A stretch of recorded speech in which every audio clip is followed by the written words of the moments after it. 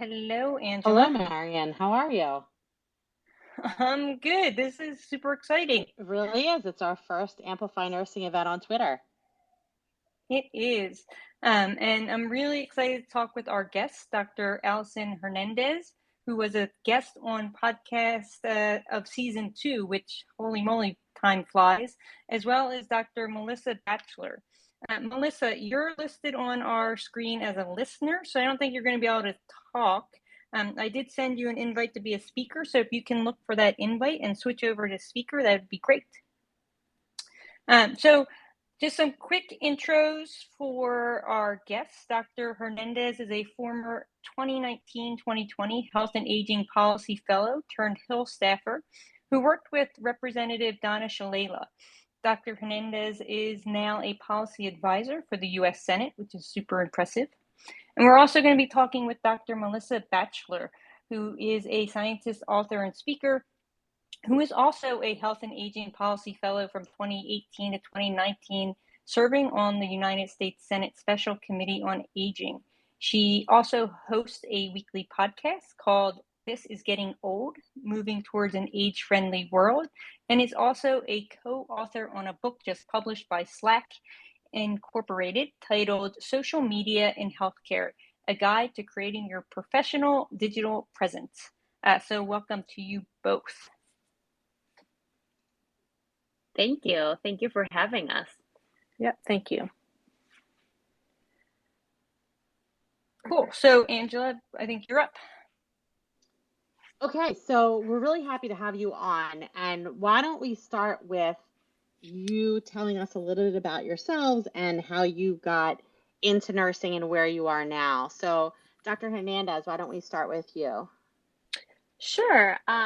So sort of the elevator speech on that is that I'm a second career nurse. So I came to nursing post-bachelor degree, and I worked in a clinical capacity in medical surgical nursing for a few years before turning or choosing to go down the PhD route. So I got my PhD a few years ago, and it was during that time that I got really interested in policy. I hadn't really ever thought about policy. I really didn't have any practical experience in it, but I saw or was inspired by professors past who had taken some of their research and influenced local legislation. So fast forward to finishing my doctorate studies, I wanted to get more experience in policy making, and so I applied to the Health and Aging Fellowship, which is where I met Melissa as well. She was a fellow before me, and I got to have a all hands on deck experience learning about how policy gets made. And that's when I was in the office of Congresswoman Donna Shalala. And that experience changed my life and motivated me to want to stay in policy forevermore, or at least for now. And that is my current role today. I am a policy advisor on the Senate side, and I work on a bunch of different issues from the social determinants of health to more healthcare policy, aging policy, and disability. And I'm really excited to have this conversation with you all today. Great. And Melissa, do you want to introduce yourself? Sure. So I'm Melissa Batchelor, and I was a traditional nursing student. So started college with and earned my bachelor's degree at the University of North Carolina, Wilmington. And my mantra then was, I don't care what I do, but I'm never going to work with older adults, and I'm never going to work in the nursing home. And then my mom called about a month before graduation and said, hey, I've met the local administrator at a nursing home. Would she like to give you a job? And I was like, okay, sold. And so did that full time for 2 years, and then went back to school to become a family nurse practitioner. And the only time I really got jazzed up was if we were talking about older adults and older healthcare policy or healthcare policy related to older adults. So I decided to stay in geriatrics, and then moved into becoming an educator to reach and teach nursing students at the beginning of their career and really teach them best practices and evidence-based practice for caring for older adults. So my program of research now is around helping older adults with Alzheimer's disease to eat more food by teaching their caregivers to use different hand feeding techniques. through kind of my pre and postdoc experiences, was exposed to the Health and Aging Policy Fellowship Program. I watched it for 10 years, and then finally it was my turn to participate, which is how I met Allison. And through that, also developed an interest in how we can use social media to amplify our voices, which we are doing tonight. So thank you guys for inviting me to join you on this Twitter Space chat this evening. Yes, super excited. So, the title of this conversation is really about the critical need for nurses to be more civically engaged. And I couldn't be more excited to talk with you both about this topic, because I really feel like there has never been a more critical time for nurses to be engaged in this way. And when nurses are engaged, we have a safer, healthier, and more equitable community. And really, who doesn't want that? So I'd like to talk more about why you both felt so compelled as nurses to apply for the Health and Aging Policy Fellowship and what that work was all about. So Allison, why don't we start with you? Can you talk a little bit more about what drew you to policy, and specifically the work you did with the Health and Aging Policy? Yeah, absolutely. So I came to the Health and Aging Policy Fellowship in 2020. So I'm a pandemic fellow, and like I said, what drew me before is that I was in my PhD studies, and I knew I didn't want to pursue an academic career. But I was asking, but what else? What else am I going to do? I have some clinical experience, I have some research experience, and so policy became from that inspirational point of seeing nurses and nurse researchers and clinicians take their work and translate it to actionable policy change was really inspiring. But not so much from the perspective, in my case, of having like evidence that I wanted to translate, but more so learning how to do it and how to help people with great ideas do it. So I think I'm more of an implementer at heart. And so that was really the motivation of wanting to seek a postdoc opportunity that would give me that experience. And policy, part of policy is about, getting things done and translating things to the real world. So I applied to the Health and Aging Policy Fellowship. I got in. I will say I had a different trajectory to Melissa. The first year of my fellowship, I did a 2-year. The first year was actually funded through a grant at Northwestern University, where I got to do more health services research. So understanding and researching how we deliver healthcare. And so I took health policy courses for the first time and health economics courses. And I just really, really enjoyed it. And I felt like I was in the really right place. And then that second year as a health and aging fellow, I got to come to DC and then get that hands-on experience working in an office on Capitol Hill, and starting the process of understanding how, as we say, the sausage gets made, right? What goes into producing and influencing legislation, and how do things move through the legislative process. And then really overall, even though now it's been a few years, I'm going on 3 years being doing that work, I have to say that the intention and the motivation is still the same.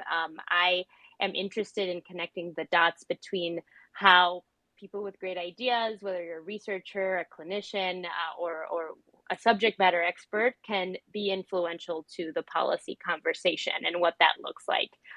So that's still at the root of everything that I find interesting and continue to. And so that's why a conversation like today is really special. And I guess I can chime in. So in 2011, it was the first time legislation was passed to develop a national Alzheimer's plan, and Barack Obama actually signed that into law. And it was actually the first semester I was teaching health policy while I was in my doctoral program. And that it was the first time in our country that we had recognized that Alzheimer's disease needed to have a national plan, and then the actual development of that was left up to the states, and then each state was doing that differently. So from my perspective, I was kind of all about all things Alzheimer's. And when I looked at the Health and Aging Policy Fellowship I wanted to have a legislative experience. And so that meant I ended up finding a placement on the Special Committee for Aging and Senator Susan Collins' office, who's been a huge advocate for Alzheimer's disease from like the mid 90s. And it was really interesting watching how the people in her staff and on this committee kind of put hearings together, where they got their information, how like Allison said, how the sausage was made. And during that experience, one of the things that I loved to do the most was help to write some of the speeches for Senator Collins. And at that time, was able to kind of put words in her speeches like Twitter sphere, and the Alzheimer's Association had created a hashtag for legislation that she had introduced, which was the Bold Alzheimer's Act, which was actually signed into law on New Year's Eve at the end of 2018 by President Trump. And I actually had a conversation today with trying to put together a podcast in the next couple of weeks where we're going to talk to Maryland, Virginia, and DC about their experience with developing a statewide plan and implementing one, and then how do we educate the public, and where does the Bold Alzheimer's Act fit into that? So I think one of the biggest things the Policy Fellowship gave probably Alice and I both was a network of people that I could work with, and then the podcast has given me the platform to be able to amplify my voice and others in this space. In fact, Allison has, I think, 4 or 5 podcasts with me, 3 of which are available now that talk about how to interact with policymakers, how policy is made, and like the legislative process. So I hope that people will check those out also. Yeah, Melissa, I think that's fantastic that you and Allison are both doing that. I think it's so important for nurses to engage, and I think part of the reason that they don't is that they're, we only want to do things that we're really good at, and nobody's good at it because we don't understand it, we don't know what's going on. So we leave it to everybody else, and then unfortunately, policy gets made without us. So can you talk a little bit about how you feel like having nurses involved in policy affects the trajectory of policy? Which, me? Yes. Yeah. Okay. Yeah. So I would say one of the biggest things to me was like the fellowship gave me kind of the opportunity to get over the intimidation factor. I mean, I think it's intimidating to go to Capitol Hill. What was in my mind was when I first started at Duke University, that was also intimidating, and trying to navigate myself around that experience. So yeah, anytime something's new to you, it is kind of uncomfortable. But it's almost like the more you expose yourself to it, the more you listen, the more you talk to people, you're like, oh, this really isn't that difficult. And one of the things that I did learn through my experience was how much policymakers need our stories. So like I teach a health policy course. I teach my students how to navigate congress.gov, how to find a piece of legislation that's of interest to them, figure out where it is in the policymaking process, and then begin to talk to them about how do you develop and use your influence and get your stories into the hands of the people that represent you at the federal and the state level, really. And those are the stories that policymakers need. It was amazing to me the number of stories that would be repeated from just, as a nurse, you might interact with a staff member, really any discipline that interacts with a staff member on Capitol Hill. Those stories do get retold, and they actually do help move things along. And then also teaching people how to use social media to also influence that, just like the Alzheimer's. How do you partner with advocacy and professional organizations to raise awareness and to help bring all of us along? I mean, there are 4 million nurses in this country. We're the largest sector of healthcare, and our voices matter. And if we were to band together and to advocate for some of this legislation, I think that we would be able to get a lot of attention. Yeah, I would add, and I was just gonna, sorry, Marian, add to that a lot of times, it is intimidating, and it certainly was when I started as a fellow. I actually never, even when I came to DC as a health and aging fellow, I wasn't sure that I would do a placement fellowship on the Hill because I was very intimidated. I thought I couldn't do it. I was not going to be good at it. But on the practical sense, I realized that a lot of my nursing skills, and I've often shared this with Melissa, translated really well to the job. The work team-based, being cooperative and team-based, being a critical thinker, working under a lot of stress, making quick decisions, being good at communicating, and being also simple in the way you communicate and getting to the point. And I mean, central to all nursing practice, right? Being an advocate. That's sort of, whether it's, I hate to say it's natural, but whether it's learned or natural, that's a central skill that nurses possess. And so all of that translated very easily to the work that I was doing. And like Melissa said, the story, right? Being closest to patients, putting together that bigger picture, that puzzle of what is the unique human experience. Who better than nurses, right? To be a sort of a convoy of stories to be able to bring forward. And so I really felt that as soon as I started working on the Hill and just connecting with other policy makers, is that our voices are quite appreciated, and they were always very appreciative of having someone with the subject matter expertise, or the lived experience expertise, I should say, of having worked in a different environment. And so I would say that it became very quickly not intimidating, just because everyone is trying to work in concert towards a certain cause. So when in doubt, just remember you already possess the skills by the sheer fact that you're working as a nurse in any one capacity or many. I love that so much. Like, the parallels that you just identified between nursing and the policy work that you're doing, it just goes to show how versatile a degree and the skills and knowledge nursing is, and that it can really permeate throughout so many different positions. So I just want to make one note to everybody who's listening. You can ask questions to our guests. So we'll be opening that up shortly. So if you'd like to ask a question or make a comment, you can request to speak using the icon below the microphone icon button, and we'll bring you on stage. So if you'd like to ask a question, just click that and we can bring you on in a few minutes. Angela, do you have a question you want to ask, or should I jump into some others? You can go ahead and jump into some others. So I wanted to talk a little bit more, Melissa, you talked about social media, and you're a super user of social media. So can you just talk with us a little bit about the outreach that you do on those platforms and why you use them, and really why they hold so much power for nurses and sort of amplifying the voices of nurses? Right. So I started this journey back in like 2005 when I was a brand new educator and was really looking for resources to help me learn how to do that particular part of what I do now, and attended a conference that was a traditional conference. It was called the Geriatric Nursing Education Consortium conference, and it was traditional, held over 3 years, in 6 different locations around the U.S.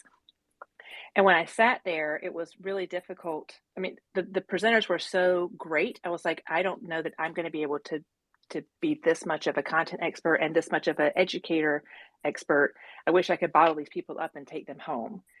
And so I pitched the idea to turn those 9 modules into podcasts, and we did those. And there were a couple of different formats that I did with that. But it was just an idea I had because I really wanted to put those speakers in a bottle. And I thought, well, we could record this and put it out there in the world. And so that traditional conference trained 818 faculty, all 50 states and in 3 countries. And over the next 5 years, the podcasts were accessed over 60,000 times in over 40 countries. And that was just from the NYU website. I have no idea what happened in iTunes, because at that time we didn't know how to access those analytics. So it really showed me the power of using technology There are not a lot of geriatric prepared nurses or physicians in this country. Out of 4 million nurses, about 1 to 2% are board certified in gerontological nursing. Out of 1 million physicians, about 6,400 are geriatricians. And so there's a real need when you look at the shift in demographics for people to have access to to education about what normal aging is, and how to deal with issues as family caregivers. So that was really what kind of started the trajectory back in 2010 to 2015. And then the more I kind of did and experimented and played around, it kind of led to what I'm doing now, which is I'm in my second year. I think I'm on my 113th episode. And it's if you watch the introduction, I say, I'm not really sure where this is going to go. So thank you for coming along with me on this journey. And so what it has become over the past 2 years is a conversation around ageism, how to promote age-friendly initiatives, because when things are age-friendly, they're friendly for everyone. So it's a lifespan approach. It's been a way to amplify the voice of professional nursing and a chance for me to talk about Alzheimer's disease. And then through the analytics, you can see your target, like you can see who your audience really is. And for me, it's mostly women over 65.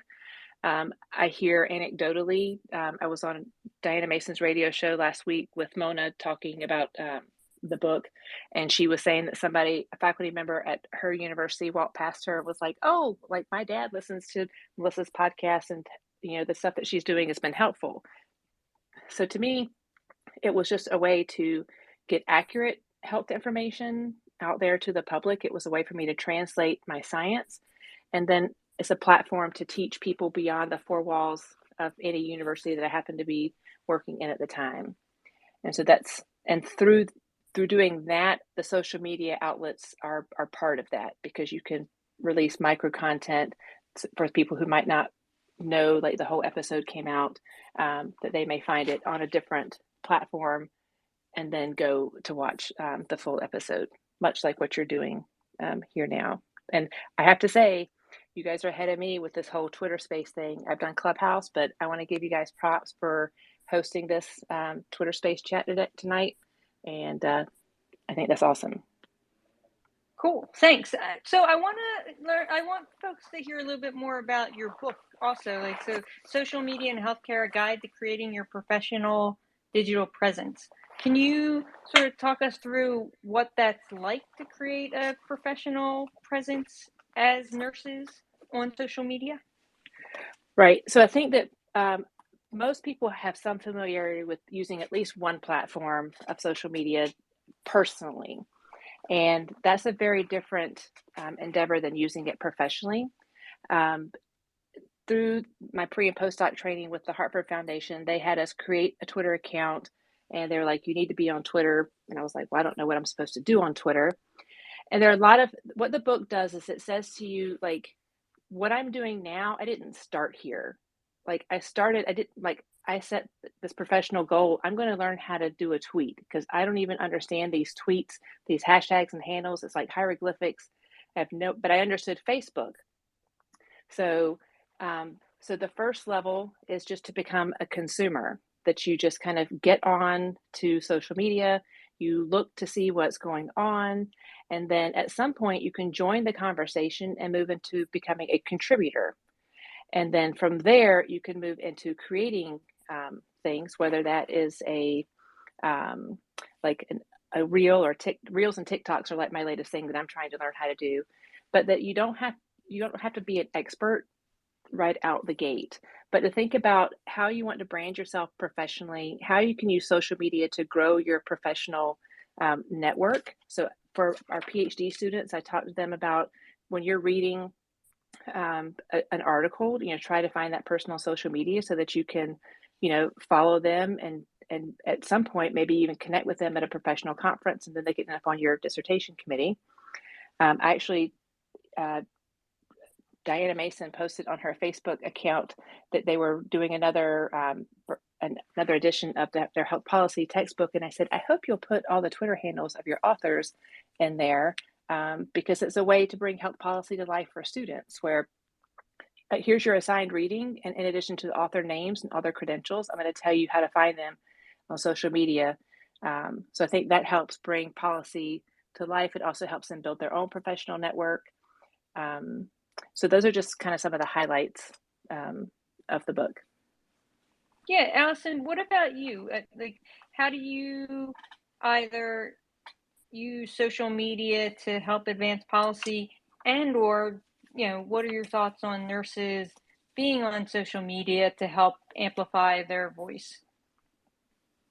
Yeah, no, first of all, I would love a signed copy of the book, Melissa. So maybe one day we can do that because it sounds super Absolutely. great and very practical. And much like I would consider myself a moderate social media user in the sense that um I consume more of it than I put out any content. But I think when used correctly and with intention, and with focus, the way Melissa does, I think it can be such a great platform, like she said, to connect with the folks that are, like minded or not, but also have and create network and conversation around topics that matter. I actually often, when I talk to nursing students, for example, about how to get more in the know with policy, I often point them to Twitter because I say, a lot, if not most, I would think all of your representatives and senators are on some sort of social media platform. And they're either, tweeting or Instagramming or Facebooking. And it's a great way to, in sound bites, get a glimpse into what's going on federally or statewide, or what bill are folks voting on today. And so I find that it's a really easy to digest, sort of get in the habit of being in the know way, when you direct people to following those who represent them both federally and statewide, as a learning exercise. But from then on, I personally have been able to forge a lot of great professional connections on Twitter. And not only is it a great way to put out what you want to share, but it's also a great way to elevate others. I think that's something that Melissa does really well, and other people like you, Marianne, that you really like highlight other nurses that are doing great, work or innovative work, and I really enjoy that about social media. You get to connect the dots with who else is in the space that I could connect with, but also who else can I elevate and really highlight. So I think it's great. It's a tool I need to learn and refine more, but when done well and with intention, it can really be a way to gain information and also share information.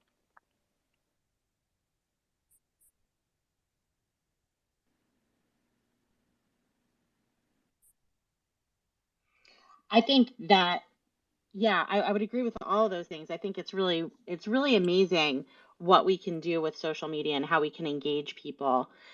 What are some of the things that you see as challenges to that with in terms of nursing? Either of you can chime in. Well, I can start. It's very, I can tell you, when I first started the podcast, it was right as the pandemic was starting, and they were talking about all the signs and symptoms, people having a fever and these types of things. And I was like, but older adults don't get fevers. So there's still different considerations for the people that are at most high risk aren't going to present with a fever because older adults don't do that. And I remember sitting down to do that episode, and I was like, I don't know if I can do it, like, because it's one thing to interview someone, it's another thing for me to put myself out there and like say, hey, I've been a nurse practitioner in geriatrics, for 20 years, but let me just tell you that older adults don't present the same way. It's called atypical presentation of illness. It took I really had to sit there and muster my bravery. And then after I did that, and I did a couple of other ones, I mean, it got easier for me. But I do think that oftentimes people shy away from speaking up because they're afraid someone's going to, say something mean or hateful or be like a hater or a troller towards what you posted. And I've had some of that. I mean, people pick on petty stuff, the background and me stuttering or whatever. And it's like, well, at the end of the day, I just have to be okay with myself. And the fact that I do think the only reason I'm doing this is to do good in the world and to amplify what nurses are doing in the world. And I think we're doing a lot of great stuff, and a lot of people don't understand our profession, other than thinking that it's just at the bedside, and nurses can do so much more, that you just have to kind of take the good with the bad. And so that would be kind of my thoughts about that.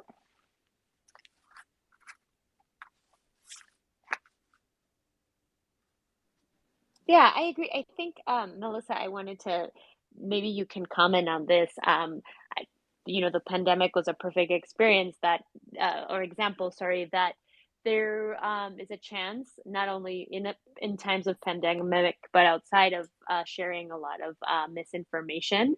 And so, I don't know if your book touches on this, but I think also teaching people, like, with great power comes great responsibility, is that, you can trust but verify. And making sure that folks, that are sharing things through social media, whether it's in an output or in the consuming and then sharing it, are actually, have the tools too to understand that information needs to be verified, and that it's very powerful to create a chain of energy around a piece of information that can, in a click, go to 1,000 different places. So I think that's something, to also teach, I guess, is that responsible consumption of information, of what you read and see on these platforms. Right. I think that chapter is called "Staying Out of Hot Water." To make sure that, like, if it's not within my area of expertise, or I haven't read the original source of information myself, then I'm not going to put it out there. And, I think that nurses need to, continue to strive towards, going back to school and getting more information, or getting more education and knowledge about how to read and assess science, and how to understand policy, as they move forward, with contributing to the conversation and then creating new content. So this is a really interesting conversation, and I want to invite any of our listeners, if anybody has a question, to, again, please come online. We can bring you on stage and you can make a comment or ask a question. And guess what? We can't bite you because we're not all together except virtually. So this will be a good chance for someone to practice being brave if you have a question. Yes. And there are no wrong questions. And while we're waiting, Allison, you should talk about your new venture with your blog. Yeah, I have that on pause for now, but I will definitely circle back in time. Hopefully, Marianne will do another one of these and invite me back, and we can discuss the hopeful platform that I'm looking to build, similar to Melissa, in helping educate nurses on civic engagement and understanding how policy gets made, and how to be responsible influencers of that process, or effective, I should say. Responsible too, but effective. Cool. So we have Kathy, who would like to ask a question or make a comment. Hey, Kathy, thanks for joining. Hi, everyone. Thank you for having this. I don't know how to say that. It's not a podcast, but this event tonight. It's promoting civic engagement in nursing is something that I've worked with Nurses Take DC for several years, trying to get nurses, educated, empowered, and active with contacting their legislators to advocate for what we represent as Nurses Take DC, which and what we support, which is for the safe staffing ratios. And I have found that it's very difficult to get the nurses to actually take the physical action. So do you have any words of wisdom, I guess, so to say, and on how to get nurses to actually be active with it? Because everybody seems to to very much talk a good game, so to say. But when it comes to, making the changes that we need, it does require us as nurses to actually do the boring. For most people, it's boring. For us, we might like it, but for most people, it's boring. But the hard work, is what I like to call it. It's the hard work and getting the grit and getting that done. So I'm just looking for your opinions on that. Kathy, I have a follow-up question. Thank you so much for being brave and coming online and asking your question. And thank you for the work that you do. That's really exciting. I do you mean when you say engage or them like actually taking action, do you mean like actually like showing up to vote or advocating on the Hill or other hills around the country? No, I mean, not so much as voting, although that is super important. It is super important. Absolutely. But I mean, of just taking action by contacting their congressional members, Got it. basically, as nurses, if we go as a group, we're kind of like the lobby, even though we're not lobbyists. But when we go in groups, even if you go with your professional nursing organizations, or if you go with your unions, you're basically going there in a way to lobby your legislators, to get them to support the bills that you want them to support. And I find that it's just getting nurses to even write the letters or send a tweet even can be very challenging. And it's a challenge that I would like to navigate around. So I'm just kind of looking for some opinions of those who have more experience than myself, and what your opinion is on that. Right. No, thank you for clarifying. And yes, voting is very important. And I will let, Melissa chime in as well as give her thoughts on maybe sort of the tweeting and social media piece to it, because she has that expertise and sort of has, more experience with that. But sort of on the showing up for like writing and connecting and being more engaged. Um, you know I think at the baseline is I always, when I talk to nurses who want to be more engaged, I try to also talk them down from this it's all or nothing approach, because um it being an influencer and active and wanting to engage with policymakers takes time, and especially if you work in this space, you know that it's very relationship based. So a one touch with a random staffer on one day is great and it feels really great, but the secret sauce of it all is to be able to continuously, right, engage with your members of Congress and with their staff, and create that sort of symbiotic relationship of like, hey, I'm a nurse, I have these expertise, I'm your constituent, like, lean on me if you want me to participate in something, or be a subject matter expert on something else. So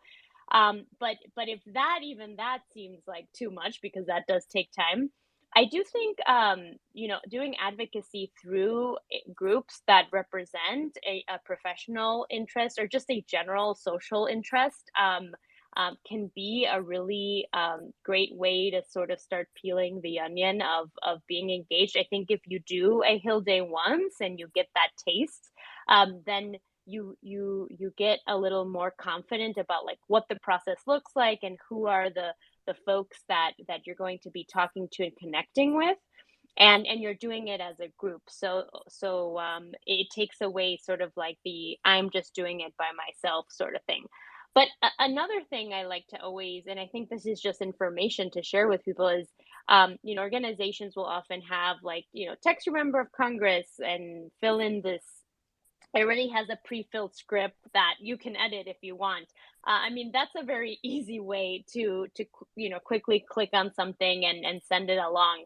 Um, but really, just telling people how easy it is, right? You literally go on a website and click, submit a message, and you can write, and a human on the receiving end will respond to your message, or at least should. And so there's really, I mean, calling has become a little obsolete, although people still call their members of Congress. Um, but just starting with that very easy exercise of being like, lots of people do it. It's Googleable. It doesn't require having a connection to an office or having done before. And that reminder that, it is our vote that puts people in office.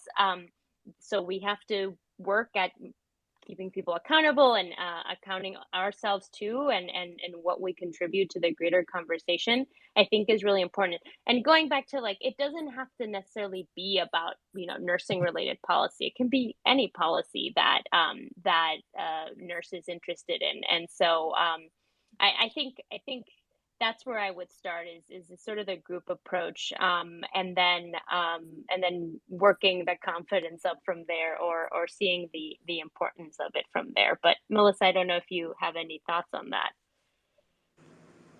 Well, I was just going to add that I think a lot of times nurses or anyone might say, well, what's the point of sending an email? I'm one person.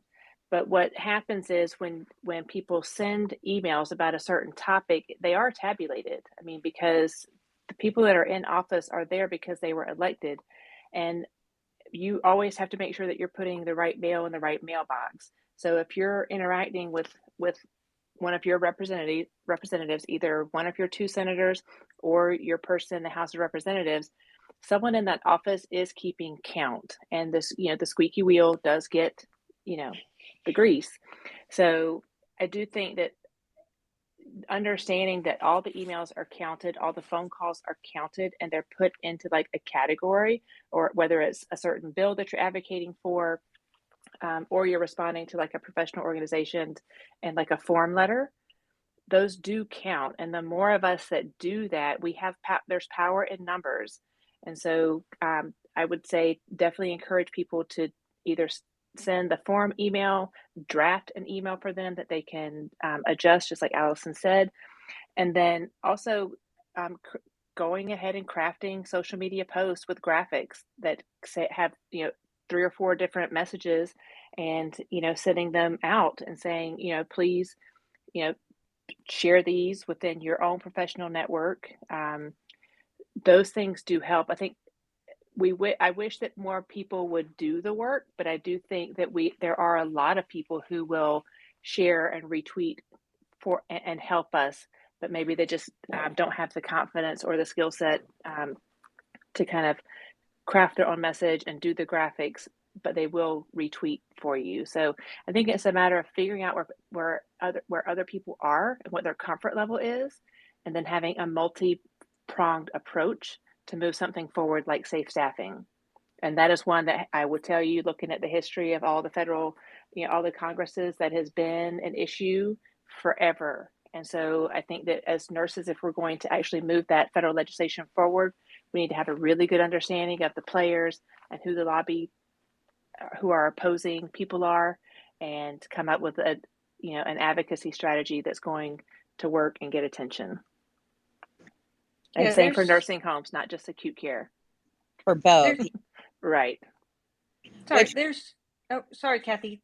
There's so many ways for nurses to get involved in politics, in advocacy work, in policy, and I'm a huge advocate of, you just have to like show up, and whether that's showing up to vote, whether that's showing up to make phone calls, send emails, send text messages, showing up to knock on doors, like there's so many ways to get involved. And I want to just ask about, because there's a really cool, innovative new way for healthcare providers and nurses to get involved, and that's Vote ER. So Allison, I know that we talked briefly about this the other day. Do you want to talk a little bit about what Vote ER is, and why it's so innovative and cool in its crossing of boundaries between healthcare and voting or voter registration?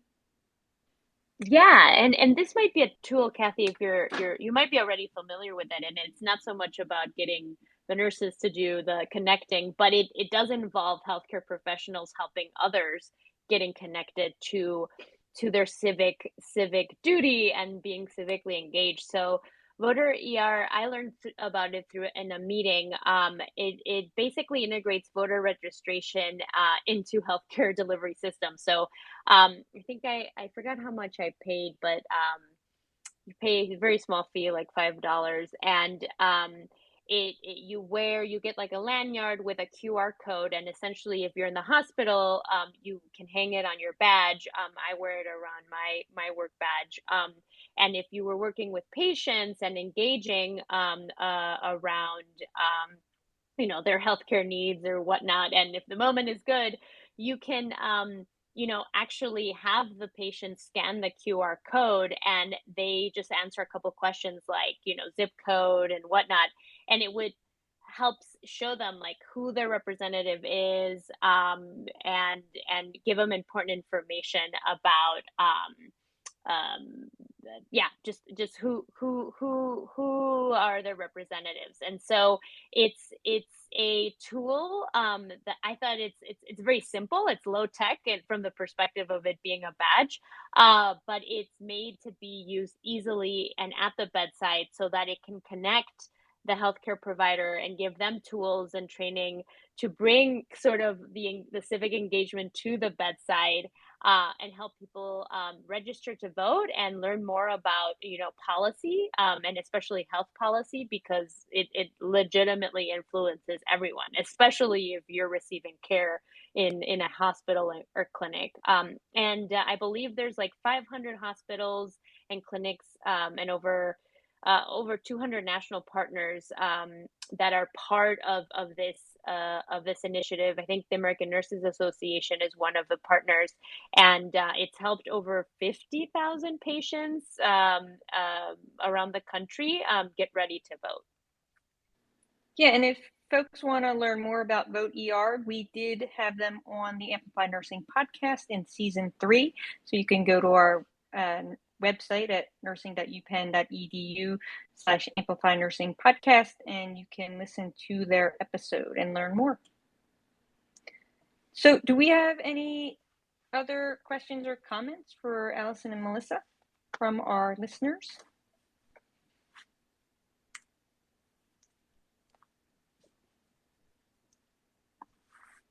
Angela, any other comments from you before we wrap up? No, I think this was fantastic, and I really appreciate the work that both of you are doing to engage nurses in participating in policy. So, Melissa and Allison, just before we close, as a closing thought or statement, can you just say why you think nurses should get involved in civic engagement and/or policy work, and one concrete way that they can get involved? So, Melissa, why don't we start with you?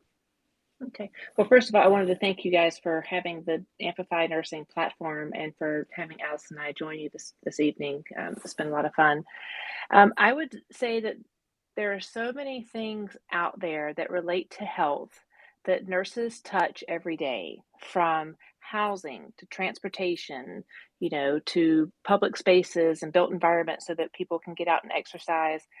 And, everyone lives in a different part of this great country, and everyone sees things from a different lens.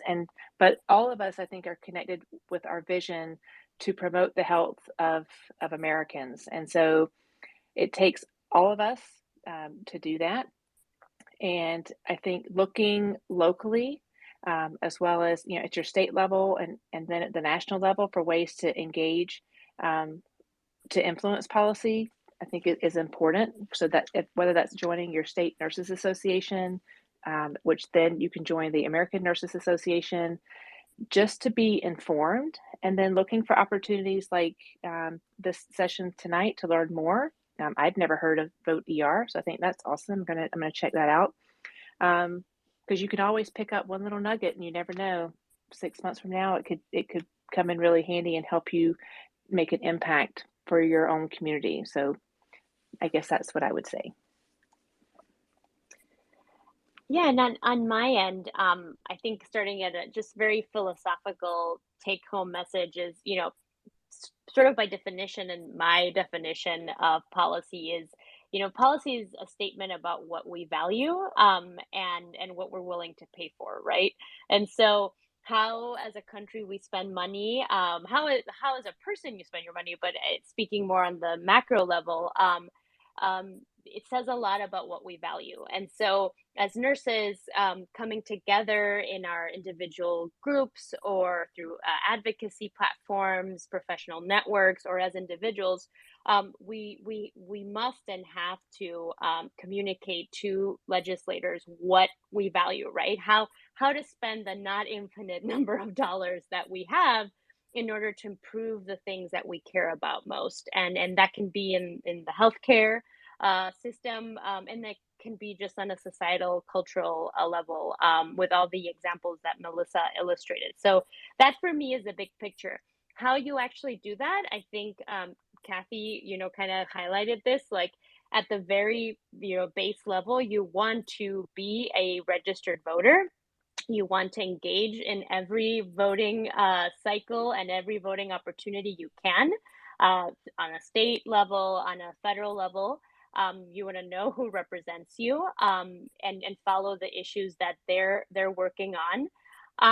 And then if you want to take it, a notch up, you participate actively in those professional organizations that will be a direct connect to, whether it's issues through about nursing, or issues on a more social determinants of health level, but will give you experiences and a how to be a better advocate, for people working in Congress.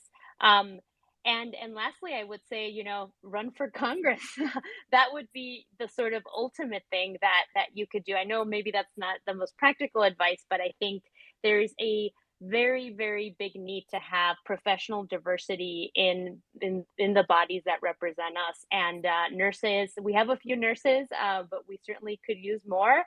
There's a lot of nurses running for state legislature too. And so maybe if it's not for a legislative position, maybe think about running for a council or a leadership position in your own community. I think taking a step towards that as a nurse, but also as a person with the lived experience of delivering healthcare, just will help improve our world and our culture and our society tremendously. So I hope that's helpful. I usually also say read the news, but I think in these times it can be really overwhelming. So then maybe just pick one source to stay informed, as Melissa said. But yeah, I find the way to feel engaged, and stick to it, and be fiercely committed to that avenue.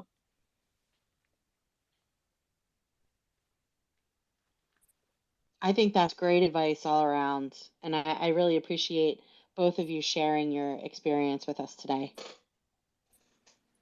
Yeah, thank you both for joining. Really, this was just an incredible conversation, so really appreciate it. For our audience members, please remember to subscribe to the Amplify Nursing Podcast on Apple, Google Play, iHeartRadio, Spotify, or wherever you do your podcast listening. We're going to be launching season 6 in September. You can listen to our past episodes on any of those platforms, and again on our website at Penn at nursing.upenn.edu/innovation. Until next time, Angela. Keep pushing over, under, around, and through. Cool. Thank you all for listening. Thank you again, Dr. Hernandez and Dr. Batchelor, for talking with us today. Have a good night, everyone. Good night. Good night.